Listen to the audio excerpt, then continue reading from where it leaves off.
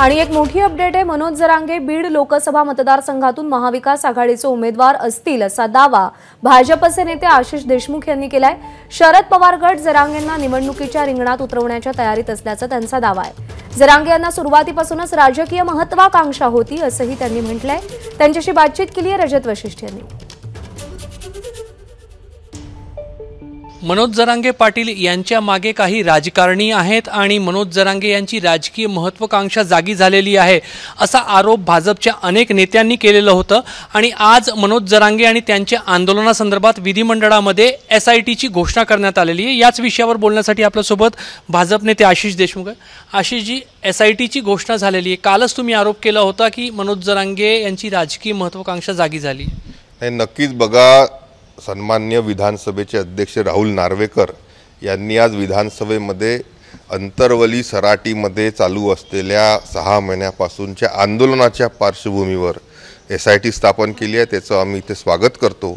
आणि या SITच्या माध्यमातून जरांगेंना ऑपरेट करणारा व्यक्ती कोण, जरांगेचा मास्टरमाइंड कोण, हे सर्व नक्कीच बाहेर आल्याशिवाय राहणार नाही।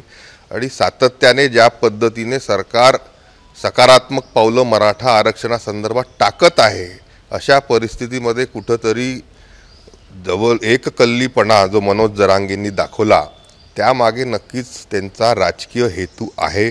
आणि तो साध्य करण्याकरता महाविकास आघाडीच्या एका पक्षासोबत त्यांचं बोलणं नक्कीच झालेलं आहे। आज जी महाविकास आघाडीची वाटाघाटीची बैठक आहे, या बैठकीमध्ये बीड लोकसभा मतदारसंघ ज्या पक्षाला सुटेल त्या पक्षाकडून मनोज जरांगे हे बीडचे लोकसभेचे उमेदवार आपल्याला झालेले काही दिवसातच दिसतील। तुम्ही खूप मोठा आरोप करताय, राजकीय महत्त्वाकांक्षा जागी झाली आणि लोकसभेच्या निवडणुकीच्या मैदानामध्ये मनोज जरांगे उतरणार आहे। तुम्ही लोकसभा मतदारसंघही सांगताय, नेमकी माहिती या संदर्भात आलेली आहे की एक अंदाज आपण व्यक्त करताय? मी तुम्हाला सांगतो की मनोज जरांगे आपल्या पूर्वाश्रमीमध्ये विविध पक्षांचे राजकीय पदाधिकारी नक्कीच राहिले आहे आणि त्यांना राजकीय महत्त्वाकांक्षा त्यानिमित्ताने आहे।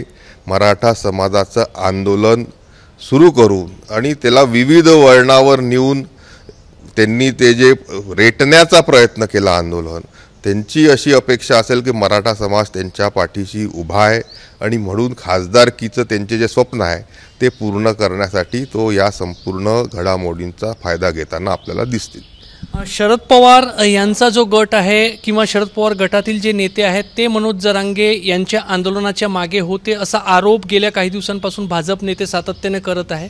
तर बीड लोकसभा मतदारसंघ जो आहे तो शरद पवार गटाला सुटेल महाविकास आघाडीमध्ये आणि त्याच्यानंतर त्यांना उमेदवारी मिळेल असं आपल्याला म्हणायचं नाही। बघा, अंतरवली सराटी ह्या जे गाव आहे याची जी विधानसभेचे सदस्य आहेत ते राजेश भैया टोपे आहेत।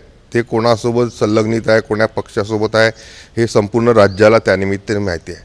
त्यांच्या वेळोवेळी झालेल्या भेटी, घरामध्ये जाऊन जरांगेंशी झालेलं त्यांचं बोलणं, हॉस्पिटलमध्ये ॲडमिट असताना मनोज जरांगेंना जाऊन दिलेली त्यांनी टाळी, किंबहुना त्यांच्या स्टेजवरून झालेले भाषणं, या सर्वांचे फोटोग्राफ्स आज संपूर्ण राज्यासमोर उपलब्ध आहे।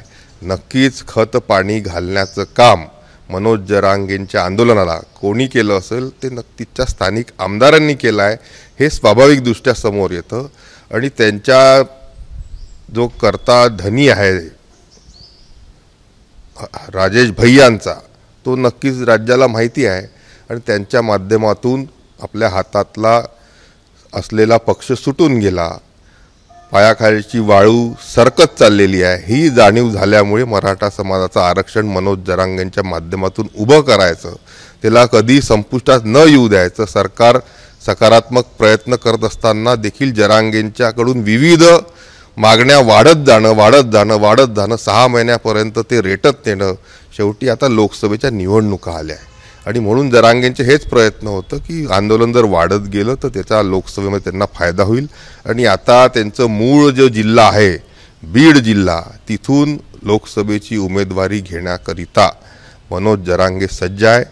आजच्या वाटाघाटीमध्ये महाविकास आघाडीकडून बीडची जागा ज्या पक्षाला सुटेल नक्कीच त्या पक्षाचे उमेदवार जरांगे झाल्याशिवाय राहणार नाही अशी माझी खात्रीदायक माहिती आहे। काल किंवा परवा 2 दिवस जरांगे पाटलांनी जी काही भाषा संवैधानिक पदावर जे बसलेले मुख्यमंत्री किंवा उपमुख्यमंत्री आहेत त्यांच्या संदर्भात वापरली, कुठेतरी निवडणुकीच्या मैदानात उतरायचं आहे त्याच्या आधी असे आरोप करून सहानुभूती मिळवून निवडणुकीच्या मैदानात जाण्याचा त्यांचा हा प्रयत्न होता. नाही, निवडणुकीमध्ये जातीय क्लेश निर्माण करण्याचा जरांगेंचा नक्कीच प्रयत्न होता आणि ज्या पद्धतीने आणि ज्या वाईट वाक्यांमध्ये शब्दांमध्ये त्यांनी सन्माननीय फडणवीसांचा उल्लेख केला, नक्कीच मी सांगू इच्छितो की ह्याच्यापेक्षा खाली महाराष्ट्राचं राजकारण कधी गेलं नव्हतं. आणि म्हणून अपरिपक्व असलेले बालबुद्धी असलेले मनोज जरांगे यांच्या डोक्यामध्ये आता राजकीय महत्त्वाकांक्षा जागृत झाली आहे आणि ती पूर्ण करण्याकरता राज्याचे वरिष्ठ नेता त्यांना पूर्णपणे मदत करतो आहे. त्यांना ती लोकसभेची उमेदवारी देखील बीडमधून देणार आहे अशीच माझी माहिती आहे. तर भाजप नेते आशिष देशमुख अत्यंत गंभीर एक आरोप किंवा एक गंभीर माहिती समोर आणत आहे. त्यांचा असा दावा आहे की मनोज जरांगे पाटील बीड लोकसभा मतदारसंघातून महाविकास आघाडीचे उमेदवार राहू शकतात अशी माहिती असल्याचा त्यांचा दावा आहे. कॅमेरामॅन व्यंकटेश नायडूसह रजत वसिष्ठ, एबीपी माझा, नागपूर. एबीपी माझा, उघडा डोळे बघा नीट.